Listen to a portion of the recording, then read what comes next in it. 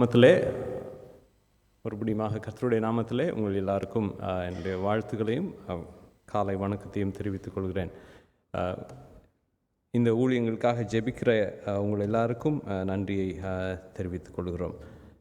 நாம் சுருக்கமாக போன வாரம் என்ன சிந்தித்தோம் என்பதை சொல்லிவிட்டு இப்போது இந்த வாரத்தில் இந்த புஸ்தகத்தினுடைய ஒழுங்கை, அதனுடைய அமைப்பை குறித்து சிந்திக்கலாம் என்று சொன்னோம். போன வாரம் இந்த புஸ்தகத்தில் ரூத்தின் புஸ்தகத்தில் நடக்கிற எல்லா நிகழ்வுகளினுடைய பின்னணியை குறித்து சிந்தித்தோம்.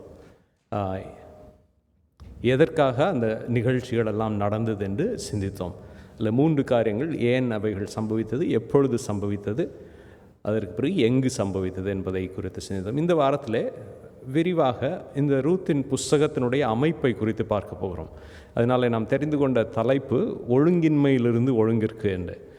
இந்த ரூத்தின் புஸ்தகத்தை படிக்கும்போது அல்லது நம்முடைய துவக்கத்திலே பார்த்தோம், அது ஒரு கேயாட்டிக் சிச்சுவேஷன், ஒரு ஒழுங்கற்ற அல்லது குழப்பம் நிறைந்த ஒரு சூழ்நிலையோடு கூட ஆரம்பிக்கிறது. ஒரு மிகுந்த பஞ்சம், அதிலிருந்து பிழைக்கும்படியாக வேறொரு இடத்திற்கு போகிற இடத்துல ஒரு பெரிய துக்கமான நிகழ்வுகள் அந்த குடும்பத்தில் நடக்கிறது. இப்படி ஒரு குழப்பமான நிலையிலிருந்து, ஒரு ஒழுங்கற்ற நிலையிலிருந்து ஆண்டவர் எப்படி அந்த மாற்றத்தை கொண்டு வருகிறார் என்பதை தான் நாம் சிந்திக்க போகிறோம். நாம் வாசித்த அந்த 4 வசனங்களை சில காரியங்களை சிந்தித்தோம். அதை மையமாக வைத்து நாம் தொடர்ந்து படிக்கலாம். Is it on the side, Abby? Yeah. I think I clicked something else.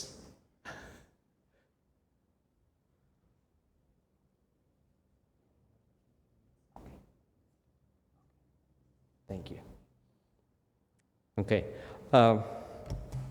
இந்த புஸ்தகத்தில் எத்தனை அதிகாரங்கள்? 4 அதிகாரங்கள். ஓகே, அதோடு சொல்லி முடிச்சிட வேண்டாம். நம்ம அந்த 4 அதிகாரத்திலிருந்து அது எப்படி இந்த புஸ்தகத்தின் அமைப்பை பார்க்கும்போது ஒரு சில முக்கியமான அம்சங்களை, இந்த புஸ்தகத்தின் முக்கியமான அம்சங்களை குறித்து சிந்திக்க போகிறோம். ஓகே, முதல் அதிகாரம் துவங்கும்போது ஒரு இருளான ஒரு சூழ்நிலை, ஒரு இறப்பு 3 பேர் இறந்து போகிறார்கள். அதை 4வது அதிகாரத்திற்கு வரும்போது அது ஒரு பிறப்போடு கூட முடிகிறது. பிறப்பு மாத்திரம் அல்ல, ஒரு வம்சாவழியோடு கூட முடிகிறது. ஸோ அப்படி பார்க்கும்போது இந்த முதல் அதிகாரமும் 4வது அதிகாரமும் ஒன்றோடு ஒன்று ஆப்போசிட்டாக இருக்கும். அதை பார்க்கும்போது அதனுடைய தீமில் ஒன்றுக்கொண்டு ஆப்போசிட்டாக இருக்கும். அந்த கண்ணோட்டத்தோடு நாம் இந்த புத்தகத்தை படிக்கும்போது நம்முடைய சகோதரன் ஜெபத்தில் சொன்னதை போல் ஆண்டவர் ஒரு டிரான்ஸ்ஃபர்மேஷன் கொண்டு வரக்கூடியவர். நம்ம ஒவ்வொருவருடைய வாழ்க்கையிலும் ஆண்டவர் ஒரு மாறுதலை ஏற்படுத்துகிறார். அதுதான் ஆண்டவர் செய்யும்படி இந்த உலகத்தில் வந்து ஒரு பெரிய ஸ்தாபனத்தையோ அல்லது ஒரு பெயரையோ நிர்வகித்து போவதற்கு அல்ல. ஆனால் தன்னால் சிருஷ்டிக்கப்பட்ட ஒவ்வொரு மனுஷரும் தன்னுடைய குமாரனாகிய கிறிஸ்துவை போல மாற வேண்டும் என்பதற்காக தான் இயேசு கிறிஸ்துவை பிதாவாகிய தேவன் இந்த உலகத்தில் அனுப்பினார். அந்த டிரான்ஸ்ஃபர்மேஷன், அதற்கு மிக மிக அருமையான ஒரு உதாரணம் இந்த ரூத்தின் புஸ்தகத்தில். முதல் அதிகாரத்தில் ஒரு இறப்பு, ஒரு அடக்கம், 3 பேரை அடக்கம் செய்கிற ஒரு பெண்.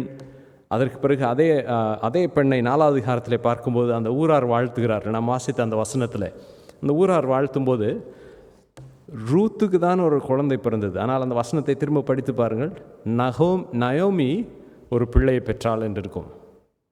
அப்படி ஒரு டிரான்ஸ்ஃபர்மேஷனை ஆண்டவர் கொண்டு வந்தார் அவருடைய வாழ்க்கையில். அதே தேவன் நம்முடைய வாழ்க்கையிலும் அந்த மாற்றத்தை கொண்டு வரக்கூடியவர். ஸோ முதல் அதிகாரம் அப்படி துவங்குகிறது. கடைசி அதிகாரம் இன்னொரு மாறுபாடை பார்க்கும்போது, முதல் அதிகாரத்தில் நாம் வாசித்தோம், அவர்கள் போய் அந்த ஊரில் எத்தனை வருஷம் தங்கினாங்க? 10 வருஷம். ஓகே, முதல் அதிகாரத்தில் 10 வருடம் அவர்கள் போய் அந்த மோவாப் தேசத்தில் தங்கினார்கள். கடைசி அதிகாரத்தில் ஒரு பிறப்பு என்று சொன்னோம். அது நம்ம அசோசியேட் பண்ண முடியும் இல்லையா? ஒரு குழந்தை பிறக்க வேண்டும் என்றால் நமக்கு தெரியும் 10 மாதங்கள். ஓகே, அங்கே போவாஸ் அந்த ஊரினுடைய வாசல்லே அந்த ஊரின் மற்ற தலைவர்களோடு கூட சந்திக்கிறார். அதற்கு பிறகு போவாஸுக்கும் ரூத்துக்கும் திருமணம் நடக்கிறது.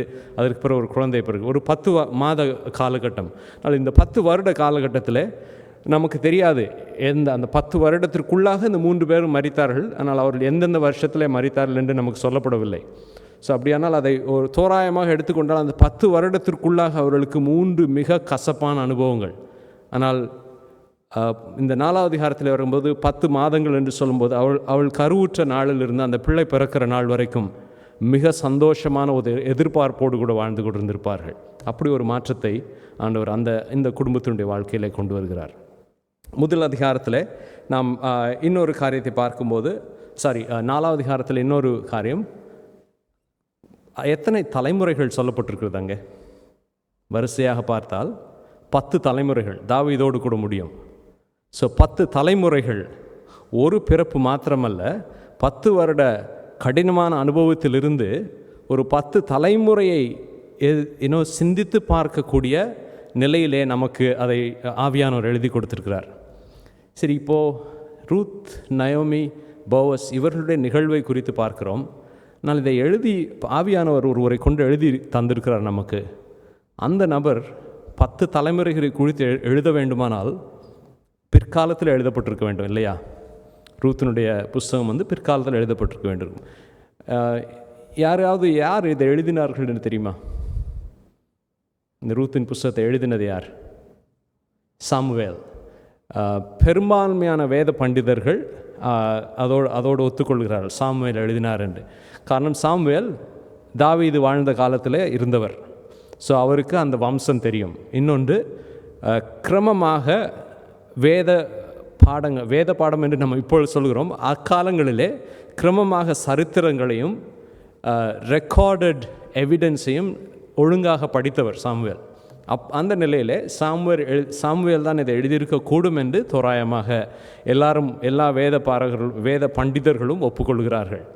ஸோ சாமுவேல் இதை எழுதி கொடுத்திருக்கும் போது, சாமுவேல் மூலமாய் தேவ ஆவியானவர் நமக்கு எழுதி தரும்போது இதை நினைவுபடுத்துகிறார். அவருடைய 10 வருடமான அந்த கசப்பான அனுபவத்திலிருந்து ஒரு 10 தலைமுறையை காணக்கூடிய ஒரு ஆசீர்வாதத்தை அவர்களுக்கு கொடுத்தார். அவர்கள் மூலமாக அந்த தேசத்திற்கு ஆண்டவர் ஆயத்தம் பண்ணின ராஜாவினுடைய பிறப்பு வரை எழுதி கொடுத்திருக்கிறார் பரிசுத்த ஆவியானவர். நம்முடைய வாழ்க்கையிலும் மாற்றத்தை ஏற்படுத்தக்கூடியவர். 2வது அதிகாரத்திற்கு வரும்போது, அந்த அதிகாரத்தில் நாம் வாசிக்க கேட்டோம், அதனுடைய முதல் துவக்கம் என்பது அல்லது அந்த அதிகாரம் முழுவதுமான நிகழ்வுகள் ஒரு சிறப்பான பகல் காலம். 3வது அதிகாரத்தில் வரும்போது ஒரு சிறப்பான இரவு. எல்லா நிகழ்வுகளும் 2வது அதிகாரத்திலே ஒரு பகலில் நடந்தது. 3வது அதிகாரத்தில் இருக்கிற எல்லா நிகழ்வுகளும் ஒரு இரவிலே நடந்தது. இது ரெண்டும் மிரர் டு ஈச் அதர். அந்த 2ஆம் அதிகாரமும் 3வது அதிகாரமும் ஒன்றிற்கொன்று பிரதிபலிப்பாக இருக்கும். அதே போல் அதற்கு வெளியில் 1வது அதிகாரம் 4வது அதிகாரமும் ஒன்றுக்கொன்று எதிர்மறையான காரியங்களாக இருக்கும். இங்கே ஃபுல்லாக 1வது அதிகாரம் முழுசாக பார்க்கும்போது அந்த சாவு, அதற்கு பிறகு ஒரு இமோஷனல் டயலாக்ஸ் நடக்கும் அங்கே, அதற்கு பிறகு நடக்கிற சம்பவங்கள். ஆனால் 4வது அதிகாரத்தில் பார்க்கும்போது ஒரு பெரிய எதிர்பார்ப்போடு தொடங்குகிறது. ஒரு சஸ்பென்ஸ் தான் 4வது அதிகாரம் தொடங்கும்போது. நம்ம இதெல்லாம் பண்ண போகிறோம், அவர் ஏற்றுக்குவாரா, நம்மை மீட்பாரா என்கிற ஒரு சஸ்பென்ஸோடு துவங்கி அதனுடைய நிறைவு 4வது அதிகாரம் நிறைவும் போது ஒரு கொண்டாட்டத்தோடு கூட முடிகிற ஒரு பிக்சரை ஆவியானவர் நமக்கு தந்திருக்கிறார். ஸோ இந்த புஸ்தகத்தினுடைய அமைப்பை நமக்கு கொடுத்திருக்கும் போது சும்மா வெறும் கதை என்று மட்டும் அல்ல, அதனுடைய அமைப்பிலேயே நமக்கு ஆண்டவர் பல பாடங்களை கற்றுக் கொடுக்கிறார். நம்முடைய வாழ்க்கை முழுசுமாக இப்படி ஒரு படமாக எடுத்துக்கொண்டால், இப்படி ஒரு வரலாற்று நிகழ்ச்சியாக நம்முடைய வாழ்க்கை முழுவதையும் எடுத்துக்கொண்டால், நம்முடைய வாழ்க்கையிலும் இப்படி பல அனுபவங்கள் இருக்கும். ஒரேடியாக வெறும் சந்தோஷம் மட்டுமே இருந்தால் அது ஒரு போரிங் லைஃப் ஆகிடும். வெறும் துக்கம் மட்டுமே இருந்தால் அது ஒரு ரொம்ப கசப்பான வாழ்க்கையாகிடும். வெற்றிகள் மட்டுமே அனுபவிப்பதல்ல, வெற்றிகளும் தோல்விகளும் வேதனைகளும் சந்தோஷங்களும் நமக்கு ஆண்டவர் அனுமதிக்கிறார் நம்முடைய வாழ்க்கையில். அதன் எல்லாவற்றின் ஊடாக ஒரு காமன் த்ரெட் அந்த ரூத்தின் புஸ்தகத்தில் பார்க்கும்போது, தேவன் கிரியை செய்தார். அது மட்டும்தான். அங்கே மனுஷருடைய யோசனைகள் அல்ல, தேவன் எல்லா சூழ்நிலைகள் மத்தியிலும் தேவன் கிரியை செய்து கொண்டிருந்தார். அதை தான் நம்முடைய வாழ்க்கையிலும் அவர் செய்கிறார். உங்களுடைய வாழ்க்கையில் எப்படிப்பட்ட ஒரு சூழ்நிலையில் நீங்கள் இருக்கிறீங்கன்னு தெரியாது. இந்த புத்தகத்தில் 1ஆம் அதிகாரத்தினுடைய நிகழ்வினூடாய் போகிறீங்களா, இல்லை 4ஆம் அதிகாரத்தின் நிகழ்வுகள் அதற்கு ஒத்த நிலையிலே உங்களுடைய வாழ்க்கையின் அனுபவங்கள் அல்லது சூழ்நிலைகள் இருக்கிறதா, இதெல்லாம் தெரியாது. ஆனால் ஆண்டவருக்கு தெரியும். இதன் எல்லாவற்றின் மத்தியிலும் நீங்கள் ஆண்டவர் அதன் ஊடே ஒரு காமன் த்ரெடாக இருப்பதற்கு அனுமதிப்பீர்களா? இந்த புஸ்தகத்திலே அந்த முக்கியமான குடும்பம், அதில் நயோமியினுடைய தீர்மானம், திரும்ப வருகிற பொழுதிலிருந்து அந்த நேரத்திலிருந்து நயோமி ஒரு பெரிய தீர்மானத்தை எடுத்துக்கொண்டாள். இனி என்னுடைய வாழ்க்கையில் நடக்கிற எல்லா நிகழ்வுகளிலும் நான் கடவுளுக்கு முதலிடத்தை கொடுத்து அவர் என்ன கற்றுக் கொடுக்கிறாரோ அதன்படி நான் செய்ய தீர்மானிக்கிறேன் என்று ஒரு தீர்மானத்தை எடுத்தாள். அதனுடைய விளைவு தான் அந்த மாற்றங்கள், டிரான்ஸ்ஃபர்மேஷன்ஸ். ஆண்டவர் நம்முடைய வாழ்க்கையை டிரான்ஸ்ஃபர்மேஷன் பண்ணுவார் என்று சொல்லிவிட்டு அதோடு நிறுத்தி விடுவதில் அர்த்தமில்லை. அந்த டிரான்ஸ்ஃபர்மேஷன் நடப்பதற்கு நாம் அனுமதிக்க வேண்டும். நம்முடைய அனுமதி இல்லாமல் நம்முடைய வாழ்க்கையிலே தீமையான ஒரு மாற்றமோ அல்லது நன்மையான மாற்றமோ ஏற்பட்டு விடாது. We are responsible for our actions. நம்முடைய வாழ்க்கையில் ஆண்டவர் கிருபை உள்ளவர். ஆனால் அவர் சர்வசக்தராக இருக்கிறதுனாலே தானாக முன்வந்து தன்னை திணித்து விட மாட்டார். நம்முடைய வாழ்க்கையில் நாம் அவருக்கு இடம் கொடுக்க வேண்டும், நாம் அவருக்கு கீழ்ப்படிய வேண்டும். அப்படி செய்யும்போது மாத்திரமே அவர் செயல்பட்டு இந்த மாற்றங்களை ஏற்படுத்த முடியும். ஆகையால் என்னை கேட்டுக்கொண்டிருக்கிற ஒவ்வொருவரும் உங்களுடைய வாழ்க்கையில் எந்த சூழ்நிலையில் இருந்தாலும் ஆண்டவர் உங்களுடைய வாழ்க்கையில் இடைப்படும்படியாக, உங்களுடைய வாழ்க்கையின் மூலமாய் ஆண்டவர் செயல்படும்படியாக அவருக்கு இடம் கொடுங்கள், அனுமதி கொடுங்கள். நானும் அதை செய்ய வேண்டும், நீங்கள் எல்லாரும் அதை செய்ய வேண்டும். அப்பொழுது மாத்திரமே அவர் நம்மில் விரும்புகிற மாற்றத்தை ஏற்படுத்த முடியும். அல்லது அவராக ஃபோர்ஸ்ஃபுல்லாக நம்மை மாற்ற மாட்டார். நாம் விட்டு கொடுக்க வேண்டும் அவர் நம்முடைய வாழ்க்கையில் மாற்றங்களை ஏற்படுத்துவதற்கு. இந்த புத்தகத்தினுடைய இந்த சரித்திரத்தின் மூலமாக நாம் கற்றுக்கொள்வது தான். இன்னொரு காரியம், இந்த ரூத்தின் புத்தகம் பலராலும் விரும்பப்படுகிறது. வெறும் வேதாகமத்தை படிக்கிறவர்கள் மட்டுமல்ல, பலராலும் ஒரு விரும்பப்படுகிற ஒரு புத்தகம். ஒரு நல்ல ஒரு சிறந்த ஒரு திரைக்கதை ஏதாவது ஒன்று சிந்தித்து பாருங்கள். அதில் இருக்கிற எல்லா அம்சங்களும் இதில் இருக்கும். ஒரு எலமெண்ட் ஆஃப் சஸ்பென்ஸ் இருக்கும், ஒரு எலமெண்ட் ஆஃப் மெலோட்ராமா, மிக விதமான இமோஷ்னல் மாறுபாடுகள் உள்ள அனுபவங்கள் இருக்கும், ஒரு மகிழ்ச்சி இருக்கும், துக்கம் இருக்கும், ஒரு நல்ல ஒரு கிளைமேக்ஸ் இருக்கும் இந்த ரூத்தின் புஸ்தகத்திற்கு. அதனாலே இந்த கதாசிரியர்கள் அல்லது சரித்திர இலக்கிய நிலையிலே பார்க்கிறவர்களுக்கும் இந்த புஸ்தகம் அதிகமாக விருப்பம் உண்டு. யூதர்களுக்கு மிக பிடித்த புஸ்தகம். ஏனென்றால் அது அவர்களுடைய ராஜாவினுடைய வம்ச வரலாறை சொல்கிறது. அது அப்படியே அந்த ரூத்தின் புஸ்தகம் 4ஆம் அதிகாரத்தில் இருக்கிற அந்த கடைசி 10 வம்ச வரலாறு அப்படியே கட் காப்பி பேஸ்ட் மத்தேயுல பரிசுத்த ஆவியானவர் நமக்கு கொடுத்துருக்கிறார். அப்படி ஒரு முக்கியத்துவத்தையும் கொடுக்கிறார்.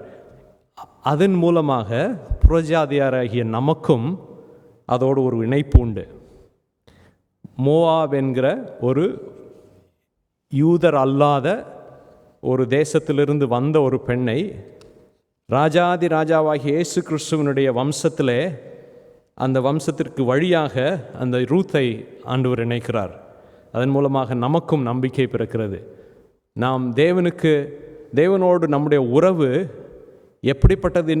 எப்படிப்பட்டதாக இருந்தது என்ற அடிப்படையிலே அவர் நம்மை தெரிந்து கொள்ளவில்லை.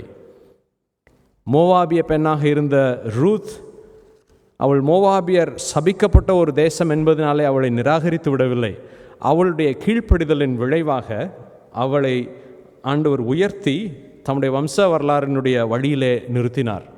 நம்முடைய வாழ்க்கையிலும் நாம் எந்த சூழ்நிலையில் எங்கிருந்தாலும் அவருக்கு கீழ்ப்படிந்து அவரை பின்பற்ற நாம் தீர்மானிக்கும் போது, நம்மாலே கூடாது என்கிற சூழ்நிலையில் இருந்தாலும், நம்மை சுற்றி இருக்கிற எல்லாமே நாம் கடவுளை பின்பற்ற முடியாது என்கிற சூழ்நிலையில் இருந்தாலும், அதன் மத்தியிலிருந்தும் நம்மை மாற்றக்கூடிய வல்லவர் நாம் சேவிக்கிற நம்முடைய தெய்வம். அதுதான் இந்த புத்தகத்தினுடைய அமைப்பிலிருந்து நாம் பார்க்கிறோம். நாம் தொடர்ந்து முன்னேறி போகலாம். இந்த புத்தகத்தில் இந்த புத்தகத்தினுடைய அமைப்பு, இந்த புத்தகத்தில் பெரும்பாலாக கான்வர்சேஷனல் இல்லையா? அந்த முதல் அதிகாரத்தில் என்ன நடந்தது என்று சொல்வதிலிருந்து கொஞ்சம் கீழே வந்து நயோமி அவருடைய மருமகள்களும் பேச தொடங்குகிறதிலிருந்து 4வது அதிகாரத்தினுடைய அந்த வம்சாவளியை சொல்வதற்கு முன்னாடி வரைக்குமே எல்லாமே கான்வர்சேஷனல் தான். இந்த புஸ்தகம் முழுவதுமாக ஒருவர் இன்னொருத்தருக்கு ஒன்று சொல்கிறார், அவங்க பதிலுக்கு ஏதாவது சொல்கிறாங்க, அல்லது ஒரு கூட்டத்தை பார்த்து பேசுகிறாங்க, அந்த கூட்டத்தில் ஒரு சிலர் பதில் சொல்லுவாங்க. இந்த புஸ்தகம் முழுவதுமே கான்வர்சேஷனலாக இருக்கும். பொதுவாக இப்படி சொல்வதுண்டு இல்லையா, ஒரு ஆள்கிட்ட நீங்கள் போய் பேசினாலே அவங்க பேசுகிற விதத்தை வைத்தே அவர்கள் எப்படிப்பட்டவர்கள் என்று சொல்லிவிட முடியும் இல்லையா? நம்ம எல்லாருமே கொஞ்சம் அதெல்லாம் பார்த்துருக்குறோம். அண்ட் நம்மளும் செய்வது உண்டு. ஒருத்தர்கிட்ட போய் பேசுவோம், கொஞ்ச நேரம் அவங்க பேசுகிறத பார்த்தாவே சரி இவர் நம்மகிட்ட பேசுகிறதுக்கே அவருக்கு விருப்பம் இல்லை அப்படின்னு சொல்லி புரிஞ்சுக்கிறோம். இல்லாட்டி இவர் கூட பேசினா நேரம் போகிறதே தெரியாது அப்படின்னு சொல்லுவோம். இல்லை ஒருத்தர்கிட்ட பேசும்போது இவர் நல்லா நம்ம மேலே கரிசனையுடையவராக இருக்கிறார், நம்முடைய காரியங்களை குறித்து உண்மையாகவே ஒரு அக்கறையோடு கூட நம்ம பேசுகிறார் அப்படிலாம் சொல்லுவோம். ஸோ பொதுவாக நான் சொல்ல வருவது, ஒருவருடைய தன்மையை அவருடைய வார்த்தையிலிருந்தே நாம் புரிந்து கொள்ள முடியும். இப்போது 3 பேரை மாத்திரம் எடுத்துக்கொள்வோம். நயோமி, ரூத், போவஸ், இவர்கள் 3 பேரை மாத்திரம் எடுத்துக்கொண்டு இந்த புஸ்தகத்தில் அவர்கள் சொன்ன முதல் வார்த்தைகள் என்ன அப்படின்னு சொல்லி மட்டும் பார்த்து அதற்கு பிறகு நம்ம இந்த செக்ஷனை கடந்து போகலாம். முதலாவது வார்த்தை நயோமி தான் அங்கே சொல்ல ஆரம்பிக்கிறார். அந்த ரூத்தின் புஸ்தகம் 1 அதிகாரத்தில் நயோமியினுடைய முதல் வார்த்தை 1வது அதிகாரம் 8வது வசனம். நயோமி அங்கே பேச ஆரம்பிக்கும்போது ஒரு நிமிஷம் நம்ம நயோமியினுடைய சூழ்நிலையை யோசித்து பார்ப்போம். நயோமி கூட போய் நின்று பார்ப்போம். தன்னுடைய புருஷனை இழந்து விட்டால் 10 வருடம் ஒரு புது கண்ட்ரியில் போய் செட்டில் ஆகிருக்கிறாங்க, இமிக்ரேட் ஆகி போயிருக்கிறாங்க புது கண்ட்ரிக்கு, புது நாட்டுக்கு. 10 வருஷம் அவங்க இருந்துட்டாங்க. அந்த 10 வருஷத்துக்குள்ளே அவங்களுடைய வாழ்க்கையில் அவருடைய கணவனை இழந்து விட்டால் 2 ஆண் மக்களையும் இழந்து விட்டார்கள். இப்போது நம்ம அதை பார்க்கும்போது இன்னொரு வித்தியாசமும் நாம் அறிந்து கொள்ள வேண்டும். அவர்கள் இருந்த அந்த கால சூழ்நிலை பெண்களுக்கு ஒரு முக்கியத்துவம் இல்லாத ஒரு காலகட்டம். அது பெண்கள் அவர்களாக தீர்மானம் எடுக்க முடியாது. அவர்களுக்கு ஒரு they didn't have a voice of their own. அவர்களாக தங்களுடைய உரிமைகளை நிலைநாட்ட முடியாத ஒரு சூழ்நிலை. அப்படி தான் அந்த கலாச்சாரம் இருந்தது. அப்படி இருக்கும்போது இந்த பெண் தன்னுடைய குடும்பத்தின் ஆண் மக்களை எல்லாமே இழந்து விட்டாள். அப்படியானால் அவளுக்கு இனிமேல் தனதென்று சொல்லிக் கொள்வதற்காக ஒன்றுமே இல்லை. அவளுக்கு என்று சொந்தமாக யாரும் இல்லை, தனதென்று சொல்லிக் கொள்வதற்காகவும் ஒரு பொருளும் இல்லை. ஏனால் அவளுக்கு சுதந்திர வீதமும் கிடையாது. அந்த ஊரில் ஒருவேளை அவளுடைய புருஷனும் ஆண் மக்களும் ஏதாவது சம்பாதித்து வைத்திருந்தாலும் இவைகள் என்னுடையவைகள் என்று அவள் எடுத்துக்கொள்ள வேண்டும் என்று சொல்லக்கூடிய அதிகாரம் கூட அவளுக்கு கிடையாத ஒரு கால சூழ்நிலை தான் அப்பொழுது.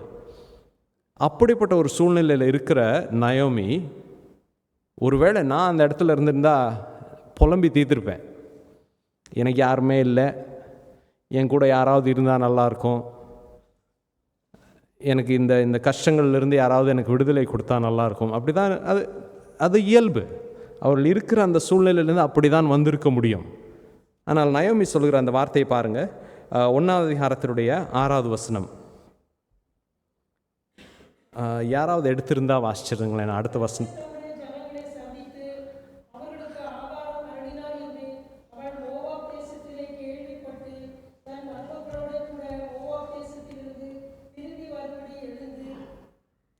அடுத்த வசனமும் வாசிச்சிருங்க ஆண்டி.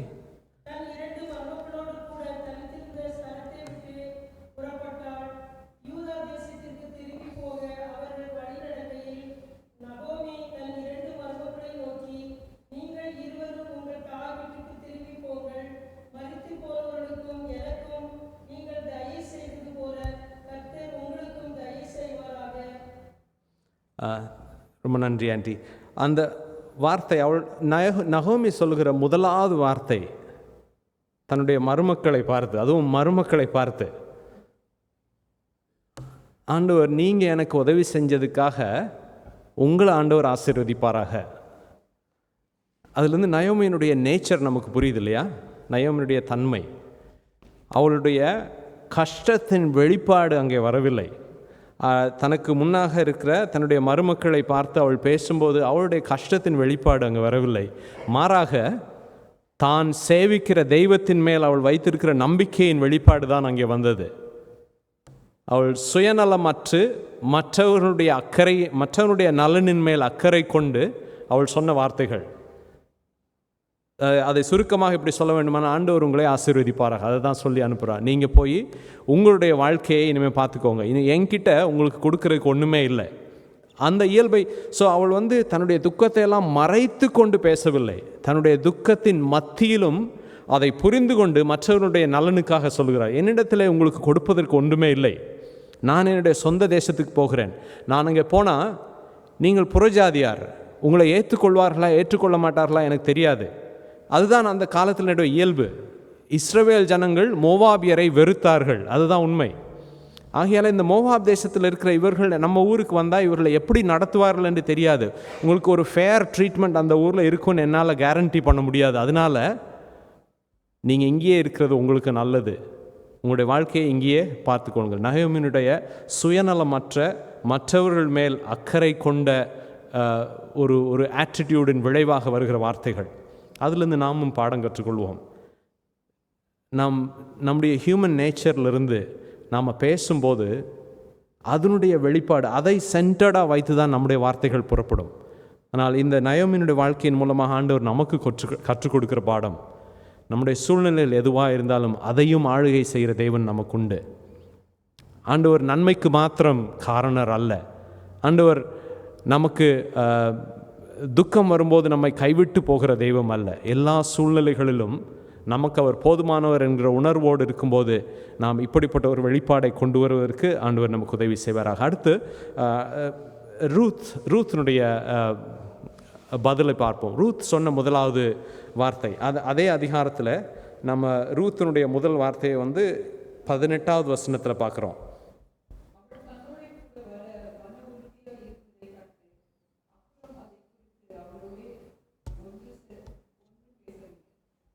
ஓகே, சாரி, நான் இங்கிலீஷ் பைபிள் அப்படியே எழுதிட்டேன். தமிழில் 16வது வசனத்தில் இருக்குது.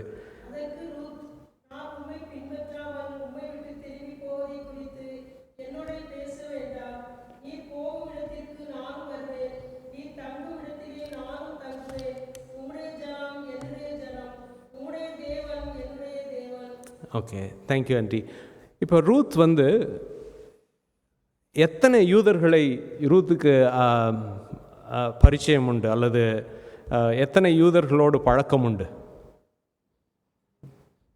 அந்த 4 பேர் தான் இல்லை? எலிமெலேக், ரூத், அந்த ரெண்டு பசங்க, அவனுடைய புருஷன் அதிகமாக, அந்த 4 யூதர்களை தான் பழக்கம். ஒருவேளை அந்த ஊரில் வேறு யாராவது இருந்திருப்பார்களா என்று நமக்கு இந்த புத்தகத்தில் எந்த விதமான குறியீடும் இல்லை. ஸோ இந்த 4 பேரோடு பழகின விதத்தை கொண்டு அதனுடைய விளைவாக ரூத் சொல்கிறா, உன்னுடைய ஜனம் என்னுடைய ஜனம். ஆனால் அந்த சொந்த ஜனம் எப்படிப்பட்டது என்று நகோமிக்கு தெரியும்.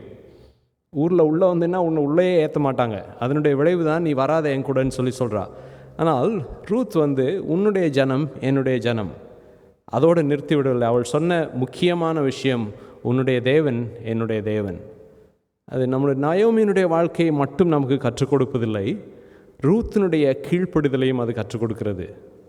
ரூத் தன்னுடைய மாமியாருக்கு இங்கே கீழ்ப்படியவில்லை, தன்னுடைய மாமியார் சேவிக்கிற தேவனுக்கு கீழ்ப்படிந்து இந்த வார்த்தையை சொல்கிறாள், உன்னுடைய தேவன் என்னுடைய தேவன். அதனால தான் அது சொல்லும்போது நான் ஏன் மாமியாரை பார்த்து சொல்லலை, தேவனை பார்த்து சொல்கிறார் என்று சொன்னால், அவள் நம்ம 18வது வசனத்தில் வாசித்த காரியம்தான். அவள் உறுதியாக இருந்து அவளுடைய மன உறுதியை கண்டு அதை குறித்து பேசவில்லை. 17வது வசனத்தில் இப்படி நான் செய்யலைன்னா என் மேலே எனக்கு பெரிய குற்ற உணர்வாக இருக்கும்னு சொல்லலை, அல்லது ஊரார் தப்பாக நினச்சிக்குவாங்க அப்படின்னு சொல்லலை. இப்படி நான் செய்யலைன்னா கர்த்தர் எனக்கு அதற்கு நேராக சரி செய்வாராக. ஸோ அப்போ ரூத் நயோமியையும் அந்த 4 இஸ்ரவேல், அந்த ஊரில் இருந்த அந்த 4 பேர், அந்த குடும்பத்தை மட்டும் பார்த்து வளரவில்லை, அந்த குடும்பத்தினுடைய தெய்வத்தை பார்த்து வளர்ந்தாள். நம்ம முதல் அதிகாரத்தில் சிந்தித்தோம், இந்த குடும்பம் கர்த்தர் போக வேண்டாம் என்று சொன்ன இடத்திற்கு போனார்கள், அப்பத்தின் வீட்டை விட்டு போனார்கள் என்று சொன்னோம். அப்படி போனதுனாலே அவர்கள் தெய்வத்தை தேவன் அவர்களை மறந்தாரா அல்லது அவர்கள் தெய்வத்தை மறந்தார்களா? இல்லை. நம்முடைய கீழ்ப்படியாமையிலும் அது முடிவில் அதற்காக கீழ்ப்படியாமல் இருக்கக்கூடும் என்று ஒரு பெர்மிஷன் இல்லை. ஆனால் நாம் கீழ்ப்படியாமல் போகும்போதும் அதை மன்னித்து தொடர்ந்து நம்மோடு கூட ஆண்டவர் கிரியை செய்வதற்கு ஆயத்தமாக இருக்கிறார். எவ்வளவு கிருபையுள்ள தெய்வத்தை நாம் சேவிக்கிறோம். இந்த குடும்பம் ஆண்டவர் மேல் நம்பிக்கை இல்லாமல் இந்த ஊரில் பிழைப்பதற்கு இடமில்லை என்று சொல்லி ஆண்டவர் அவர்களுக்கு ஒதுக்கி அல்லது புறம்பாக்கி வைத்திருந்த ஒரு இடத்திற்கு போனார்கள். ஆனால் இந்த ரூத் சொல்கிற இந்த வார்த்தையிலிருந்து பார்க்கும்போது அவர்கள் போய் இருந்த அந்த 10 வருடங்களும் ஆண்டவரை உண்மையாய் ஆராதித்திருக்கிறார்கள். அதனால்தான் ரூத்தினால் சொல்ல முடியுது, உன்னுடைய தேவன் என்னுடைய தேவன் என்று. அந்த 10 வருடத்தில் அவர்கள் ஆண்டவருக்கு பயந்த ஒரு வாழ்க்கையை வாழ்ந்திருக்கிறார்கள். அதனுடைய வெளிப்பாடு தான் ரூத்தினாலே அப்படி ஒரு விட்னஸிங் அவர்களுடைய வாழ்க்கையில் ரூத்தினாலே பார்க்க முடிந்து. அதனால தான் சொல்லுகிறார், உன்னுடைய தேவன் என்னுடைய தேவன். இந்த ஜனம் தெய்வத்தை இவ்வளவு பயத்தோடு கூட சேவிக்குமானால் இந்த ஊரில் இருக்கிற ஜனங்கள் இதை விட எவ்வளவு மேன்மையாக இருப்பார்கள். அதனாலே இந்த தெய்வமற்ற கடவுள் பயம் இல்லாத, கடவுள் இல்லை என்று சொல்லக்கூடிய இந்த மோவாப் தேசத்தில் இருந்து கொண்டு நான் என்னுடைய புது வாழ்க்கையை அமைத்து கொள்வதை விட உண்மையான தெய்வத்தை வணங்குகிற இந்த குடும்பத்தோடு கூட போய் அவர்கள் சேவிக்கிற அந்த தெய்வம் உள்ள அந்த இடத்திற்கு நான் போவது நல்லது என்று ஒரு தீர்க்கமான முடிவை ரூத் எடுத்துக்கொண்டாள். ரூத்தினுடைய வாழ்க்கையிலும் பெருசாக நம்பிக்கை இல்லை. இனிமே அவங்க ஊரில் இருக்கிறவங்க என்ன சொல்லுவாங்க, நீ ஒரு ஊர் விட்டு ஊர் கல்யாணம் பண்ணிட்ட, மாத்திரம் இல்லை நமக்கு எதிராளியாக இருக்கிறவங்க ஒரு குடும்பத்தில் இருக்கிற ஒருத்தங்க கூட போய் நீ கல்யாணம் பண்ணிட்ட, இப்போ அவன் புருஷன் செத்து போன பிறகு இப்போ எனக்கு வாழ்க்கை கொடுன்னு கேட்குறியா? கேட்பாங்களா இல்லையா? அவங்க கேட்குறது நியாயம் தானே? அப்படி கேட்டுப்பார்கள் கண்டிப்பாக. அதனால பயந்து போகலை. ரூத்துக்கும் அங்கே நம்பிக்கை இல்லாத சூழ்நிலை தான். ஆனால் அதை விட ஒரு அன்சர்டனான ஒரு காரியத்தை குறித்து மிக தீர்க்கமான முடிவெடுக்கிறாள். காரணம், அந்த தெய்வத்தின் மேல் அவள் நம்பிக்கை வைத்தாள். அந்த குடும்பத்தினுடைய தெய்வத்தின் மேல் அவள் நம்பிக்கை வைத்ததனுடைய விளைவு தான் அந்த தீர்மானம். மூன்றாவதாக போவஸினுடைய வார்த்தைகள். போவஸ் நமக்கு தெரியும், ஐஸ்வர்யம், ஒரு நல்ல பணக்கார மனுஷன். அவருக்கு நிறைய சொத்துக்கள் இருந்தது, நிறைய வசதிகள் எல்லாம் இருந்தது. அவர் போகிற முதல் இடம், போவஸினுடைய வார்த்தை குறித்து நாம் முதலாவது வாசிப்பது, அவர் என்ன சூழ்நிலையில் நாம் வாசிக்கிறோன்னா 2வது அதிகாரத்தில் 4வது வசனம். அவர் என்ன பண்ணுறாரு, அவருடைய வயலில் வேலை நடக்குது. அவர் தான் எஜமான், அவர் தான் ஓனர். அவருடைய இடத்துக்கு போய் பார்வையிட போகிறார். நீங்களும் நானும் ஒரு ஸ்தாபனத்திற்கோ அல்லது ஒரு காரியத்திற்கு ஓனராக இருந்தால் நம்ம போனால் என்ன செய்வோம்? ஃபஸ்ட்டு வேலைலாம் எப்படி போயிட்டுருக்குது, இந்த வருஷம் எவ்வளவு அறுவடை, கேட்குறது தப்பு இல்லையே, அப்படி தானே கேட்கணும் நியாயமாக. ஆனால் இந்த போவஸ் அங்கே இருக்கிறவங்களாம் வேலைக்காரங்க. இந்த காலத்தில் இருக்கிற மாதிரி லேபர் ரைட்ஸ் அப்படியெல்லாம் ஒன்றும் கிடையாது. அங்கே மிக கடினமான ஒரு சூழ்நிலை. பெரும்பாலும் வேலை செய்வதற்கு அடிமைகளாய் நியமிக்கப்பட்டவர்கள் தான் வேலைக்கு வருவாங்க. அவங்கக்கிட்ட போய் அந்த அந்த அந்த அப்படிப்பட்ட ஒரு கால சூழ்நிலை தான். அவங்கள பார்த்து போவஸ் சொல்லுகிற முதல் வார்த்தை அந்த 2வது அதிகாரத்தினுடைய 4வது வசனத்தில், கர்த்தர் உங்களை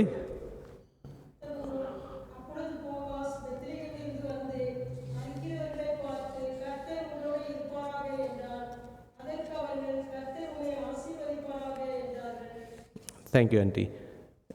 போவஸினுடைய முதல் வார்த்தை இன்னொரு ஃபார்ம் ஓனரை பார்த்து சொல்லலை, பக்கத்தில் இருக்கிற ஒரு வயல் உடையவரை பார்த்து அப்படி சொல்லலை, அறுக்கிறவர்களை பார்த்து. அப்படியானால் அங்கே வேலை செய்கிறவர்களை பார்த்து. நம்ம தொடர்ந்து படிக்கும்போது அவர்களை குறித்து இன்னும் கொஞ்சம் அதிகமாக பார்ப்போம். அறுக்கிறவர்களை குறித்து அந்த காலகட்டத்தில் இருந்த சூழ்நிலையில் அவர்களுக்கு இருந்த மதிப்பு என்னன்னு சொல்லி நம்ம கர்த்தருக்கு சித்தமானால் வருகிற காலங்களில் பார்ப்போம். ஆனால் அவர்களுக்கு ரொம்ப ரொம்ப குறைவான, சமுதாயத்தில் மிக குறைவான நிலையில் இருக்கிறவர்கள், அவர்களை பார்த்து கர்த்தர் உங்களோடு இருப்பாராக அப்படின்னு சொன்னால், போவஸ் அங்கே ஒரு பெருமையுள்ள ஒரு முதலாளி என்கிற தன்னுடைய நிலையை எஸ்டாப்ளிஷ் பண்ணல. தான் சேவிக்கிற ஆண்டவர் மூலமாக மட்டுமே இந்த நிலைக்கு தான் வந்திருக்கிறேன், அதனாலே தன்னோடு கூட இருக்கிறவர்களும் தனக்கு கீழே வேலை செய்கிறவர்கள் இது எல்லாருமே இந்த தெய்வத்திற்கு முன்பாக ஒன்று என்கிற ஒரு உண்மையான உணர்வை பெற்றதினாலே போவஸ் அவர்களை பார்த்து சொல்கிறார், கர்த்தர் உங்களை ஆசீர்வதிப்பாராக என்று. இந்த 3 பேருடைய வார்த்தையிலிருந்து நாமும் பாடங்களை கற்றுக்கொள்வதற்கு தேவ ஆவியானவர் நமக்கு உதவி செய்வாராக. சீக்கிரமாக நம்ம அடுத்த இந்த புஸ்தகத்தினுடைய காட்சி மாற்றங்கள், நான் ஏற்கனவே சொன்னேன், முதல் அதிகாரத்தில் ஒரு இறப்பிலிருந்து 4வது அதிகாரத்திலே ஒரு பிறப்புக்கான மாற்றத்தை ஆண்டவருடைய வாழ்க்கையிலே கொண்டு வந்தார். இன்னும் தொடர்ந்து பார்க்கணுன்னா அவர்கள் ஒரு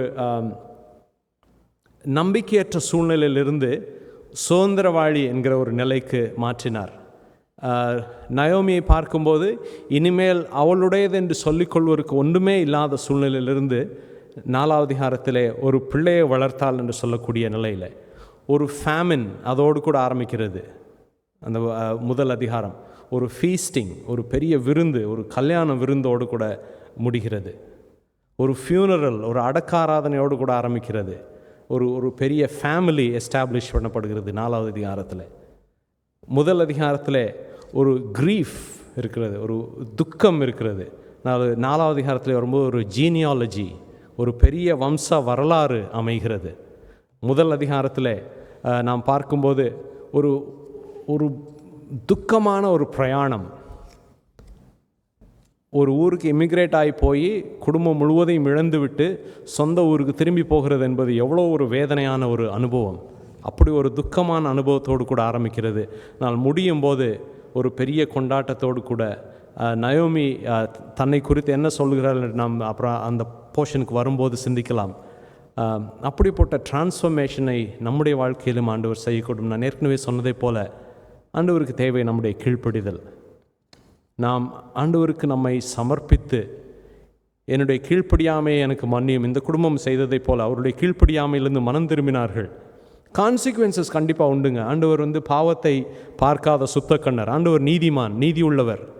அநீதியை ஆண்டவர் கண்டிப்பாக நியாயம் தீர்ப்பார். தன்னுடைய பிள்ளைகள், நீங்கள் ஆண்டவரை கர்த்தராகிய இயேசு கிறிஸ்துவை சொந்த இரட்சகராக ஏற்றுக்கொண்டு அவரை உங்களுடைய வாழ்க்கையிலே ஆண்டவராய் ஏற்றுக்கொண்டீர்கள். ஆனால் உங்களுடைய வாழ்க்கையிலே நாம் எடுக்கிற, நாம முன்வந்து ஆண்டவருக்கு விரோதமாக எடுக்கிற ஒவ்வொரு தீர்மானங்களுக்கும் கான்சிக்வன்சஸ் உண்டு, அதற்கான விளைவுகள் உண்டு.